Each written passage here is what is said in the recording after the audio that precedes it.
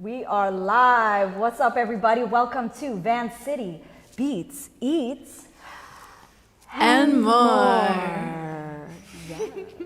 My name is Kazi. I'm joined today on the show with Alyssa, with Adriana of AO Studio Space, and we out here on the unceded ancestral lands of the Musqueam, the Tsleil-Waututh, the Squamish First Nations, what the colonizers have called Vancouver, BC, what we creatives and urbanites like to call Van City. And I am so excited to sit down and talk to the both of you today in this space. Last night we were here for a really special workshop that y'all organized just for this interview. It was called Flow, State, and Paint. I mean, there's so many things I want to get into today. But I would love to start with, first of all, talking about each of you as individual artists and creatives. You're both powerhouses who, as I've gotten to know you, are dedicated to using artistic expression as the vehicle, as the modality for healing, for somatics, for embodied creativity and expression.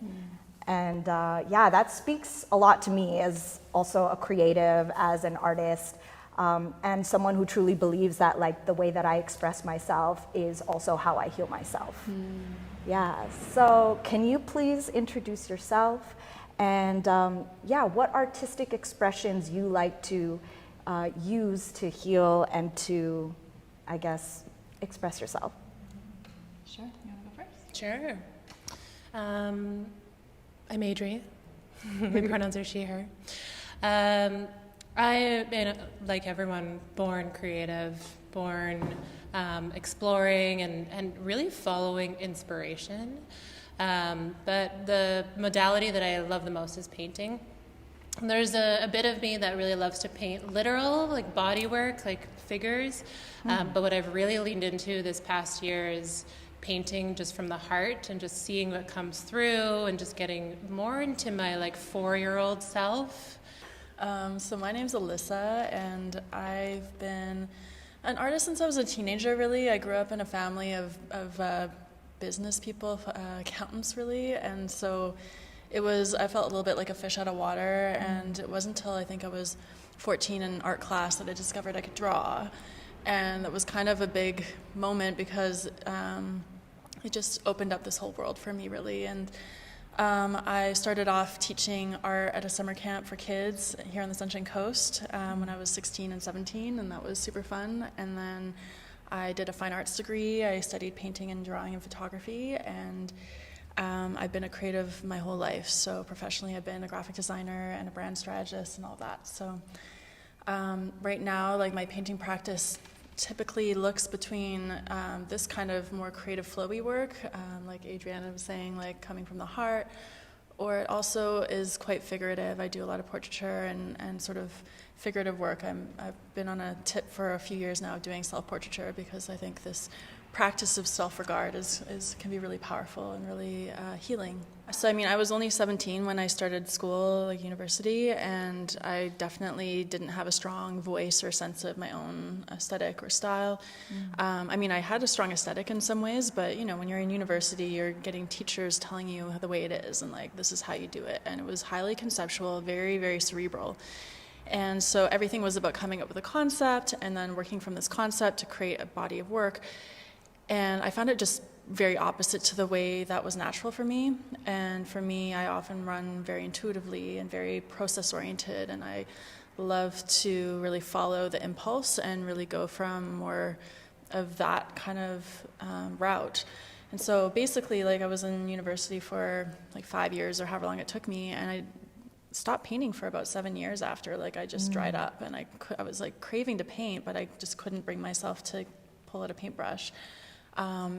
Just because I'd lost my way in finding my way to the canvas. And so yeah, when I was, it was just over 10 years ago now, I was on the end of a trip in the Baja in Mexico, and I stumbled upon some artists, and they invited me to their art studio, and I ended up doing an informal residency for 3 months. That was just life-changing. It was mind-blowing. It was amazing. And something I love about Latin culture in general is just they're very visceral, very poetic, very not cerebral. Like they tend to be more feeling-based, more feeling, more emotive, more of those kinds of things. And obviously, it's a huge generalization. There's so much diversity within each culture, but I just found the technique I learned was very much process-oriented. It was all about applying abstract paint in layers and adding and letting it dry, and sort of there was all these different ways to apply it as well, which was really beautiful. And it just got me flowing again. And all this really inspiring work just poured out of me, and like I was doing figurative stuff alongside the more abstract, and that was really fun. And I haven't really looked back since, so yeah. That's so cool. Yeah, and Adri, yesterday you were sharing a bit about your background, and when you were talking about what is now being called somatics, you know, that's also a word that I feel has like come up more recently, and it's like, you know, the new buzzword that everyone's using. How would you describe that? Yeah, I think, I mean, I love this trend of somatic work. I think it's of the time of the evolution of our humanity. And my work with somatics really started when I studied energy work. I got introduced to my teacher about 12, 13 years ago, and it was on a healing path, and she opened my eyes to magic. I had an experience with her that was life-altering, and I was sober. I was just on a Reiki table. And so I went from, you know, living a life of very dull, maybe closed off. Really, I studied graphic design also, a lot of like rigidity and structure and needing creativity to be a certain way. And then, you know, alongside that, I entered this healing path, and all of a sudden there's like, oh, there's this inner world that I wasn't attuned to. And so in the last decade, I've started getting to know that inner world, and a piece that came together is starting to draw that inner world. And so the experience of healing and, you know, facing all these difficult parts of ourselves, of taking down the layers and learning the energy that lives in our body is somatic work. Attuning to the room, noticing other people in the room, and then making your way to this moment.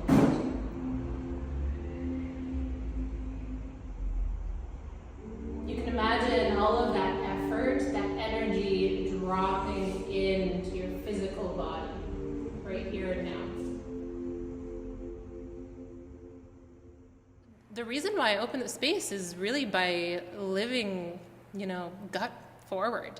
I had left a corporate career.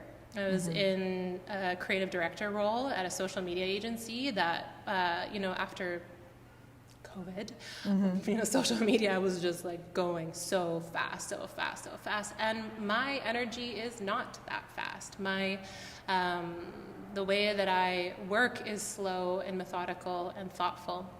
And so the world, and that was happening before COVID, the speed of design and the structure of design, there was already a calling there to leave the world. And so it got to the point where I decided to take a pause, and the space is someone I knew owned the space or had the lease before me. And I was in a bit of a what now moment, and I've always wanted to bring this idea of intuition and art and healing and well-being in physical form, not just by myself in my apartment. I was done with that. So that's how the space, I said yes, I took the keys, and just from there it just started happening, and it's been building for the last year. Which is so cool. It's been a year of AO Studio Space, and actually it's quite a legacy within this space, because I first came across this space. It was called Space. I've seen it as like co-working space, gallery, like things hanging off the ceiling. And it's really awesome to see that it also like passed on and carried through with someone else in the community and continuing that legacy of like this space being for artists, especially here in Van City, where like the erasure of arts and cultural spaces is like an epidemic. Like people can't afford, you know, and it's really hard to upkeep. It's a challenge. And so big kudos to you and congrats. Thank you. Alyssa, I would love to hear from you how what is alive and juicy in your life right now is like nervous system regulation through your arts practice. Oh, yeah. Can't get enough of talking about this right now.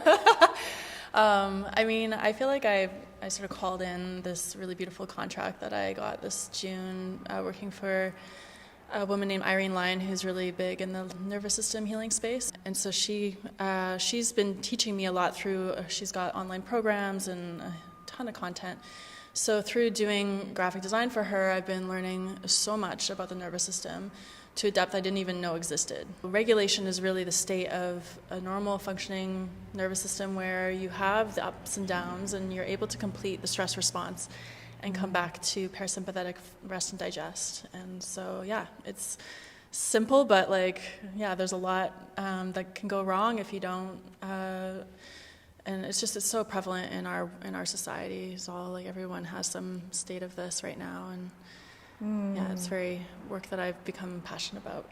Like I was learning from Adri at first, and like understanding like you were leading guided meditations at the beginning of the Flow State and Paint workshop where we would orient, and I didn't know what that was until I learned from Irene. It was just cool to like kind of get a bit of a flavor from that from you first, and then I've been just doing my own journey really this last few months. So. Speaking of the Flow State and Paint, could you tell us about the workshop that y'all led yesterday? If you're confronted with a canvas, you've got so many decisions that you're making in any given moment. And how do you do that not from a place of being in your head, but like from more of an embodied flow kind of place?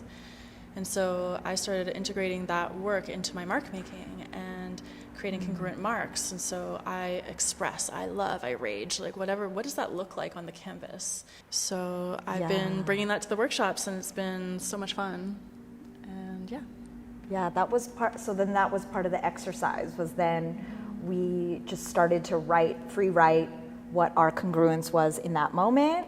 For me, it was things like I go lightly, I delight, I intentionalize, which was very true to me in that moment.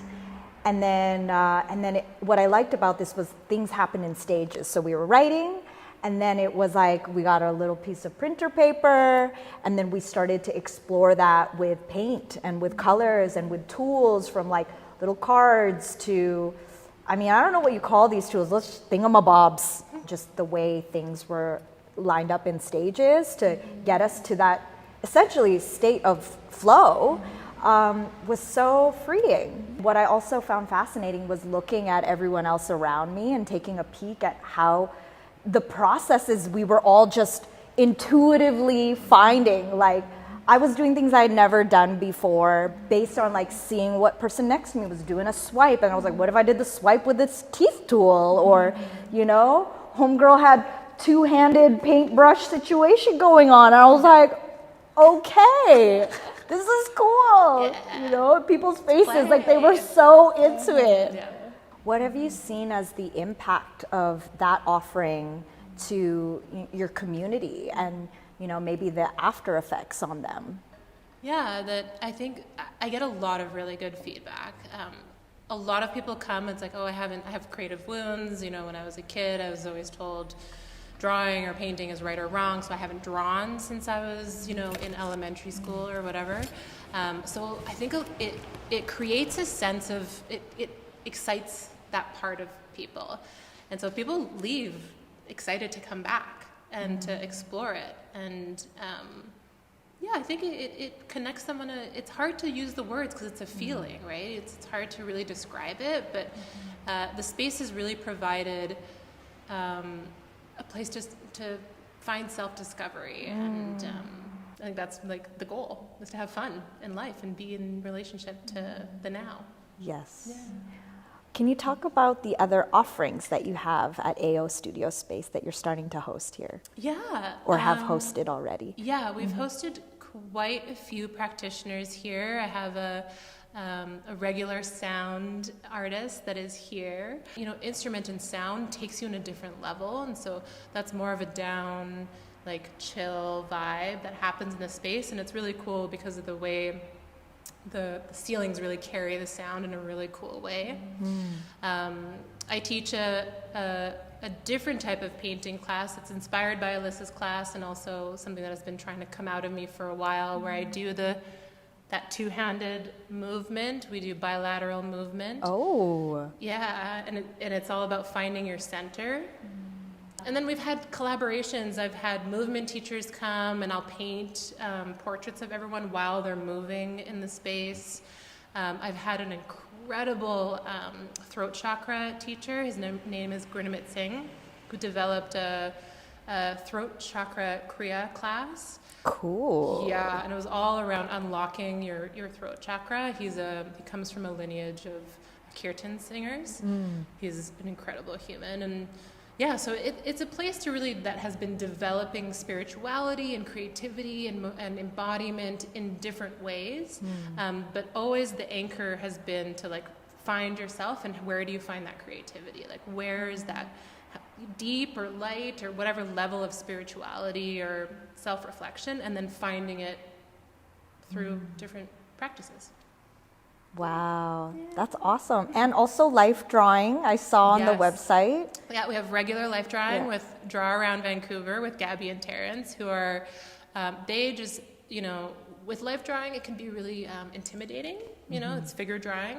It feels That's like with a live model? Yeah, so it's a live model, and people will get, you know, it's like, oh, it's like an artist thing. But the way that Gabby and, not that artists are intimidating, but anyway, Gabby and Terrence just bring this like really cool, fun, creative vibe. They've taped flowers on the models before, or they've done like body painting, or they changed the set, and that's the beauty of the space. You can kind of like morph it into whoever's here, and the teachers within themselves are the creatives, and then you get to explore that in the class. Yeah. That's dope. So fun. What else do you want to welcome into the space, or what do you dream of? Yeah, Alyssa and I were just talking about this. I think I think expressive mark making is a way of the future.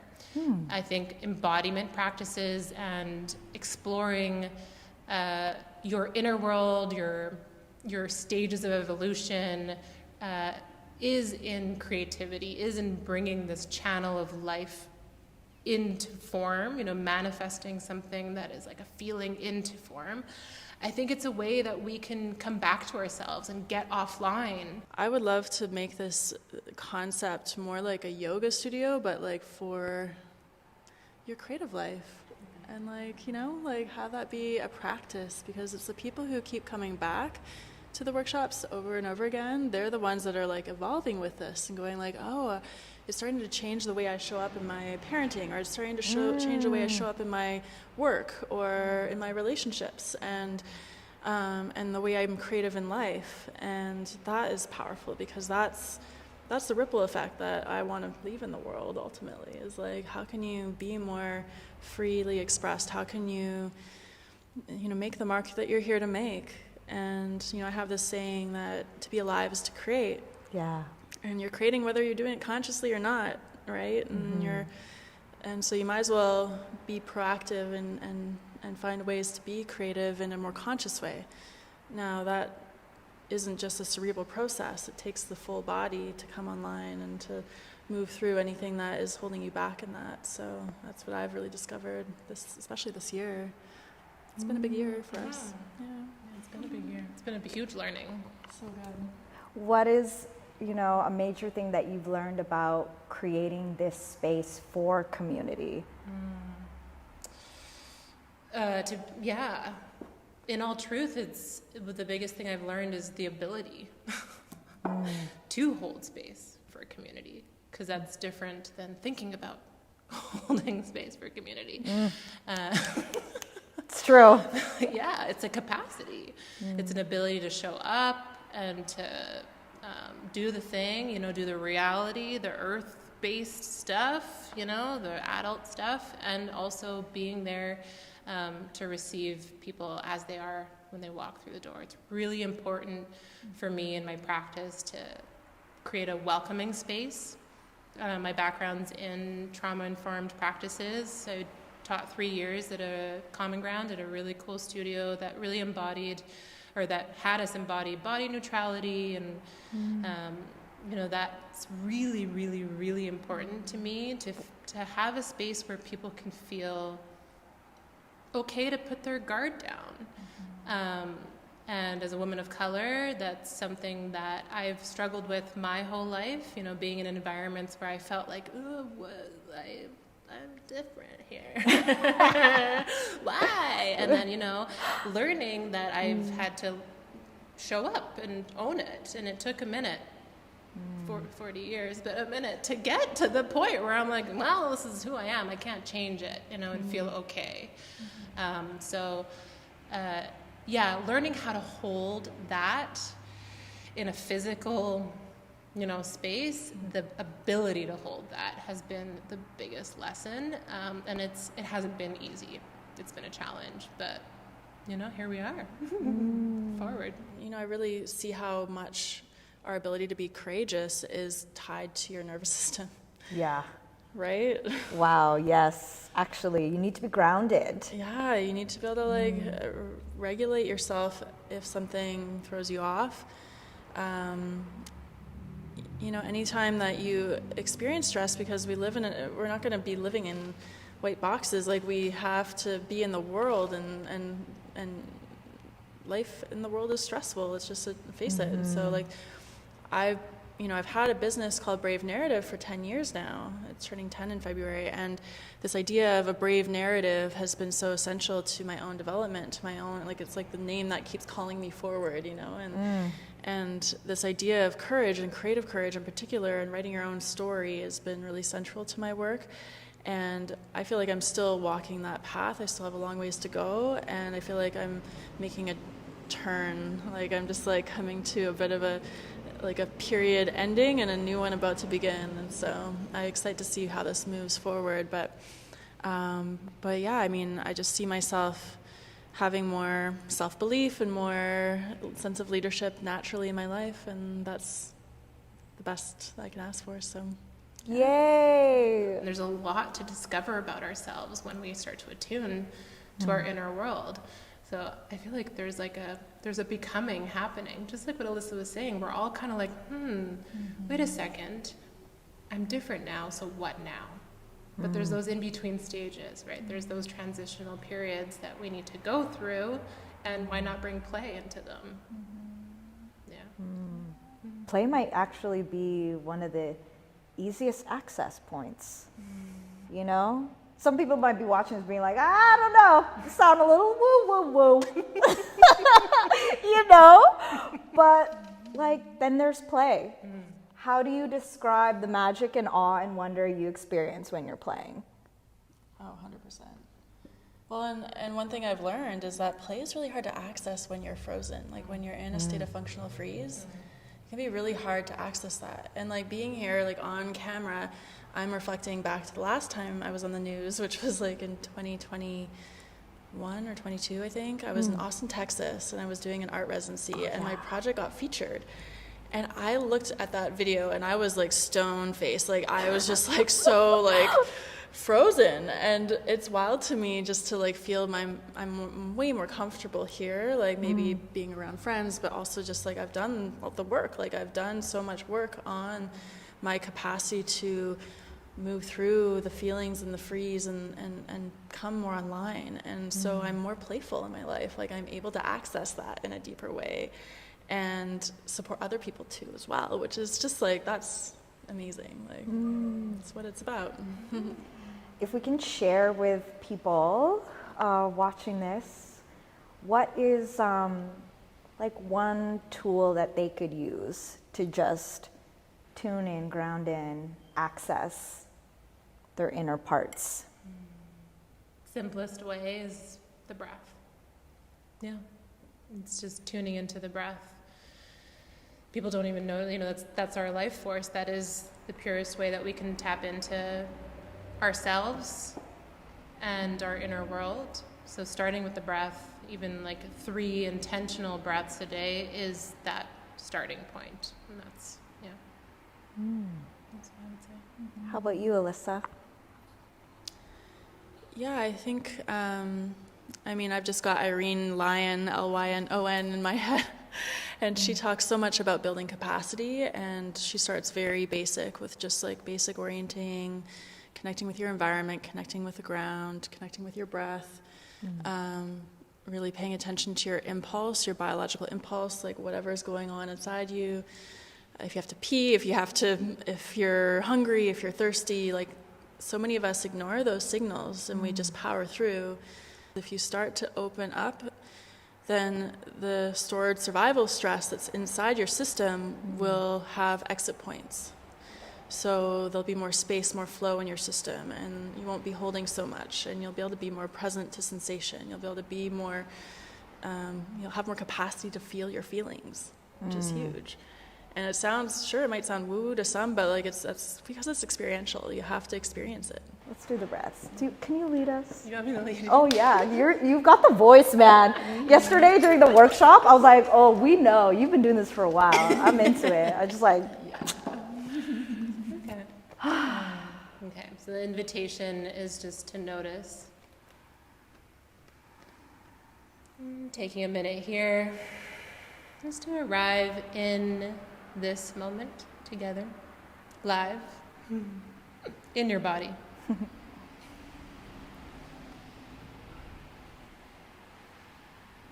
And then when you're ready, start to draw your awareness into the breath. We're going to meet in your next exhale, and so can you empty out the lungs all the way out?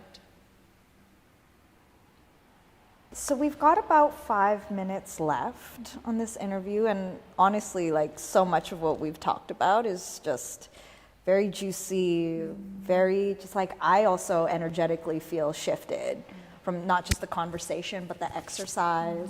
Could you name or shout out 3 artists that people should be on the lookout or look up? Ooh, yeah. Yeah, that maybe has been personally inspiring you or is like very like... Yeah. I mean, I have some awesome friends who are incredible painters in the city. Like one that comes to mind, Priscilla Yu. Shout out Priscilla. Yes.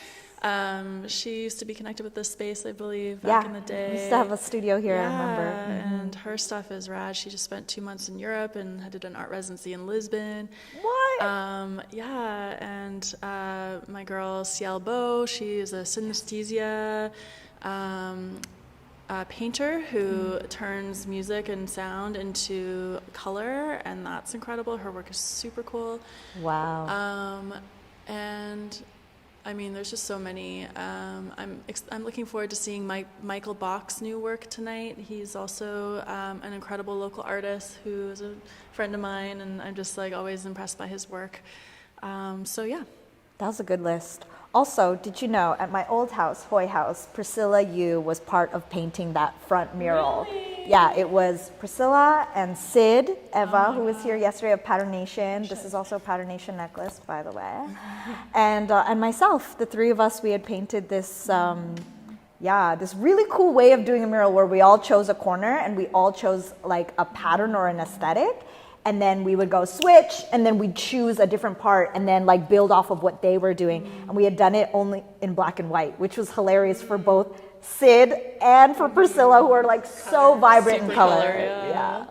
Yeah, Sid's amazing with Pattern Nation. Definitely another name. I'm like gonna forget so many and be like, dang it, I forgot. Well, it's okay. I limited you to 3. Yeah. So.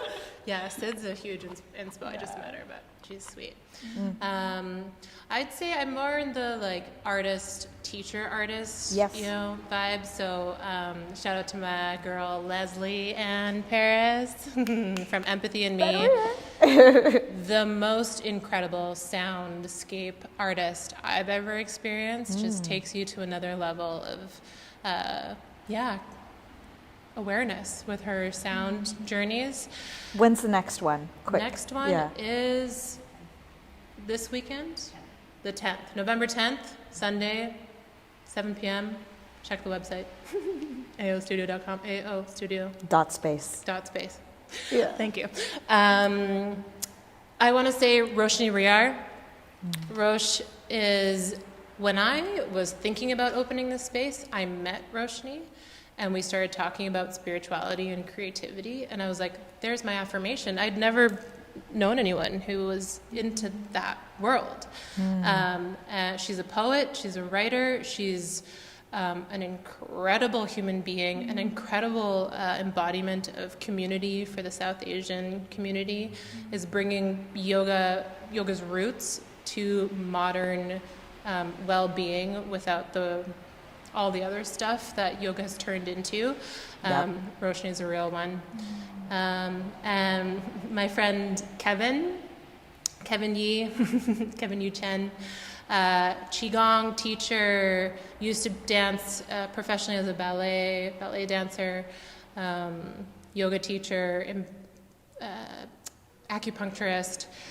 One of the most embodied, creative humans that I've ever met. Just so talented, and then when you're in his presence, you're allowed to be yourself in the most magical, beautiful, expressive way. So grateful for his friendship too, and all the other people I know. Love you all. Adri.lovesyou on Instagram. IG. Oh, well, this has been an amazing hour. I really appreciate your time. I appreciate y'all organizing the workshop yesterday. So if y'all are interested, please look them up. aostudio.space is the website, as well as the Instagram. It's at aostudio.space. This has been Alyssa, Adriana, and Kazi. Appreciate y'all tuning in and checking out this episode. This has been Van City Beats, Eats, and more. Bye.